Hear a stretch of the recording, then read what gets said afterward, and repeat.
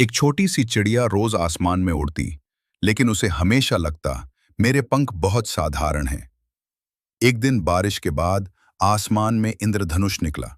चिड़िया ने सोचा, काश मेरे पंख भी इतने रंगीन होते।